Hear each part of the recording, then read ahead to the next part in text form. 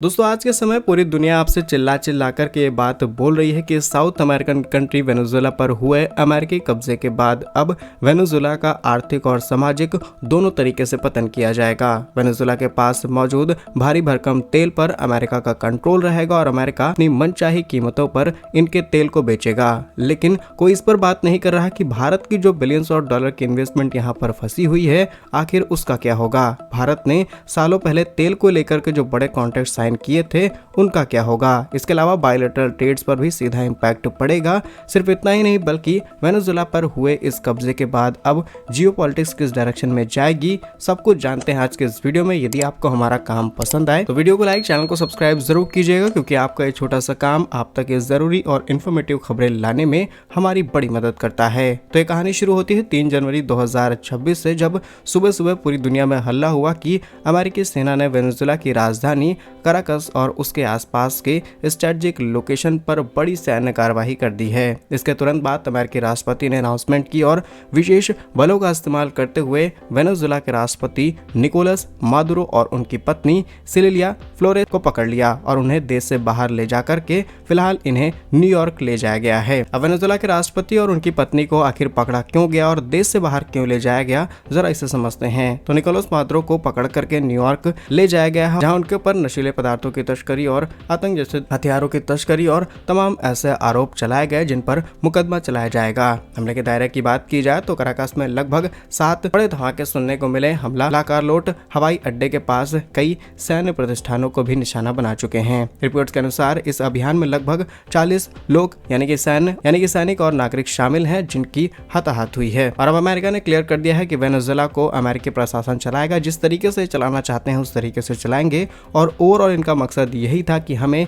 यहाँ के तेल पर कंट्रोल ले लिया जाए। अब इसकी पृष्ठभूमि बताई जाए या फिर डिटेल्स बताई जाए कि अमेरिका ने ऐसा क्यों किया है फ्रॉम द अनदर साइड, तो जरा इसे समझते हैं। तो इसके पीछे है तेल का खेल। वेनेजुएला के पास दुनिया का सबसे ज्यादा रिफाइंड कच्चा तेल भंडार है। अमेरिका का तर्क है कि वह इन संसाधनों का इस्तेमाल गलत तरीके से कर रहा था और आज इनके जो राष्ट्रपति हैं यानी कि मादुरो, वो तानाशाही के जरिए कंट्रोल कर रहे थे। इससे दुनिया के अंदर इम्बैलेंस क्रिएट हो जाता और तेल की कीमतें बहुत ज्यादा बढ़ जाती। इसके अलावा इनके ऊपर बहुत सारे आरोप लगाए गए, जैसे कि नशीले पदार्थों का सप्लाई चेन करना, अमेरिका के अंदर ये सारी चीजें फैलाना इनके पीछे हाथ रहा है। इसके बाद साल 2014 से लेकर के अब तक 77 लाख से भी अधिक लोग वेनेजुएला छोड़ चुके हैं, जो कि लैटिन अमेरिका के इतिहास का सबसे बड़ा पलायन है। तो ये तो हो गई करंट सिचुएशन। अब बात करते हैं भारत और वेनेजुएला के रिलेशंस पर। तो भारत और वेनेजुएला के बीच स्ट्रेटेजिक और रिलेशंस की स्थापना 1955 में होती है और 2024 में इन्होंने अपनी मित्रता के 65 वर्ष पूरे किए थे। ऐतिहासिक रूप से दोनों देशों के बीच संबंध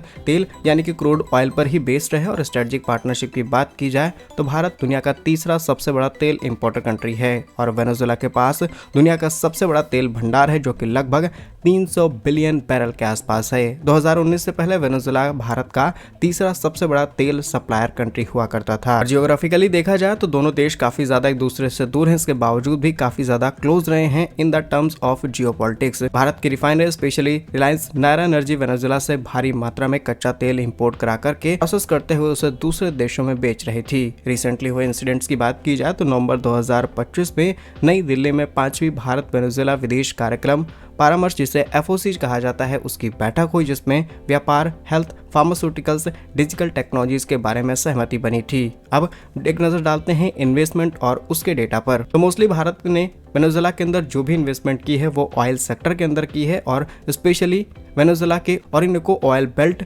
में भारत की तरफ से बहुत ज्यादा इन्वेस्टमेंट की गई है। पहली इन्वेस्टमेंट है ONGC विदेश लिमिटेड की तरफ से। ये प्रोजेक्ट था सैन क्रिस्टोबेल परियोजना, जिसमें OVL की 40% हिस्सेदारी है। यहाँ पर यह कंपनी अपने तेल निकालने का काम और इसे एक्सप्लोरेशन का काम इस कंपनी ने अपने हाथ में लिया है। इन्वेस्टमेंट की बात की जाए तो लगभग $200 मिलियन का डायरेक्ट निवेश भारत की तरफ से किया गया। और बकाया राशि की बात की जाए तो वेनेजुएला पर OVL का लगभग $1 बिलियन यानी कि 8,300 करोड़ रुपए का डिविडेंड बकाया है, जो कि प्रतिबंधों की वजह से फंसा हुआ है और कंपनी को भारत को ये वापस करना है। लेकिन अब जो कुछ पॉलिटिकल इंसिडेंट्स हुए हैं, इसके बाद ये पैसा कब वापस मिलेगा इसकी कोई गारंटी नहीं है।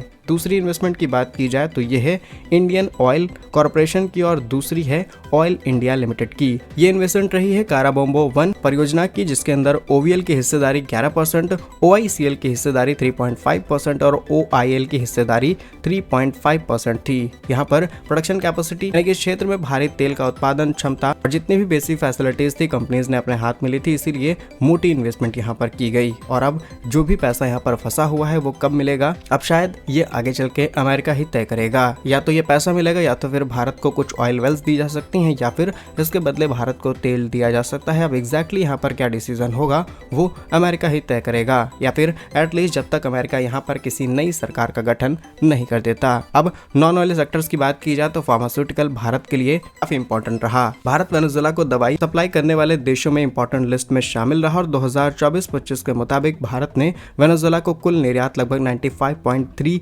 मिलियन का रहा, जिसमें से $41.4 मिलियन सिर्फ दवाइयां थी। सन फार्मा, डॉक्टर रेड्डी जैसे कंपनियों का बड़ा बाजार है और बल्क में हम दवाइयां यहाँ पर एक्सपोर्ट करते हैं। इसके अलावा ऑटोमोबाइल सेक्टर में भी भारत की अच्छी खासी पकड़ है, जैसे कि हीरो मोटोकॉर्प, बजाज ऑटो जैसे ब्रांड्स वेनेजुएला के अंदर अपनी प्रेजेंस बना रखे हैं और बहुत बड़े लेवल पर व्हीकल्स एक्सपोर्ट किए जाते हैं। अब रिवर्स चलते हैं, यानी कि भारत में वेनेजुएला की कौन कौन सी इन्वेस्टमेंट है। तो भारत में वेनेजुएला का निवेश बहुत ही ज्यादा लिमिटेड है, जो कि मेनली प्रतिनिधि मंडलों के जरिए और सरकारी तेल कंपनियों के अंदर इन्वेस्टमेंट की जाती है, वही इन्वेस्टमेंट है। और वेनेजुएला ने भारत के अंदर कोई बड़ी मैन्युफैक्चरिंग यूनिट या फिर कोई प्रोसेसिंग यूनिट फिलहाल के लिए सेटअप नहीं कर रखी है और करंटली अमेरिका के प्रभाव की वजह से अब यह शायद पॉसिबल भी नहीं लगती। अब अपॉर्चुनिटीज की बात की जाए तो भारत की जो बकाया राशि है उसे अमेरिकी नेतृत्व किस तरीके से वापस करता है, ये देखने वाली बात रहेगी। प्रतिबंध हटाने के लिए रिलायंस इंडस्ट्रीज लिमिटेड और सरकारी रिफाइन कंपनी एक बार फिर वेनेजुएला के रास्ते भारी कच्चा तेल खरीद सकेंगे, क्योंकि अमेरिका का कंट्रोल यहाँ पर रहेगा। इससे भारत की मिडिल ईस्ट पर जो डिपेंडेंसी है वो कम हो सकती है और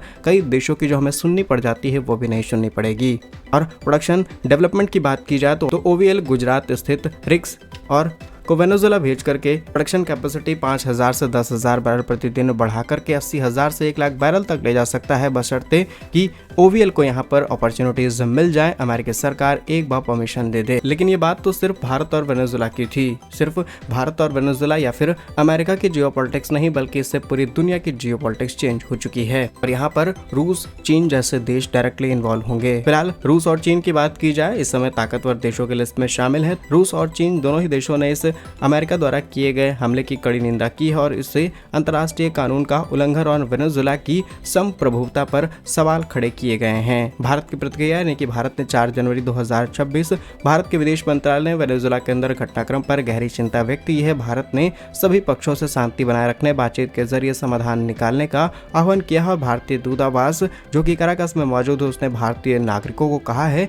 कि आप लगातार भारतीय दूतावास से कनेक्ट पर रहें, क्योंकि कोई भी बड़ा इंसिडेंट कभी भी हो सकता है, एक बड़ा विद्रोह पूरे देश के अंदर हो सकता है और डेफिनेटली इससे भारतीयों को नुकसान हो सकता है, एटलीस्ट जितने भारतीय वहां पर रह रहे हैं। इसके अलावा ग्लोबल मार्केट की बात की जाए तो इस घटना के बाद कच्चे तेल यानी कि क्रूड ऑयल की कीमतों में भारी उछाल आया है और अंतर्राष्ट्रीय बाजार में सोने की कीमतें भी बढ़नी शुरू हो चुकी हैं और अगर जल्द इस चीज का समाधान नहीं निकाला गया तो कीमतें और ज्यादा बढ़ती रहेंगी और जब तक अमेरिका ये डिसाइड नहीं करता कि एग्जैक्टली यहाँ पर कंट्रोल कौन लेगा, तब तक शायद ही ये पता चल पाना मुश्किल होगा कि अब आगे चल के क्या होता है। बाकी हमारे द्वारा तैयार की गई इस रिपोर्ट पर आपकी क्या राय है कमेंट्स में जरूर लिखिएगा और किस देश की भारत से जुड़ी हुई ऐसी रिपोर्ट आप चाहते हैं कमेंट्स में जरूर लिखिएगा। भारत कैसे ही वीडियोस पाने के लिए वीडियो को लाइक, चैनल को सब्सक्राइब जरूर कीजिए। वंदे मातरम, भारत माता की जय।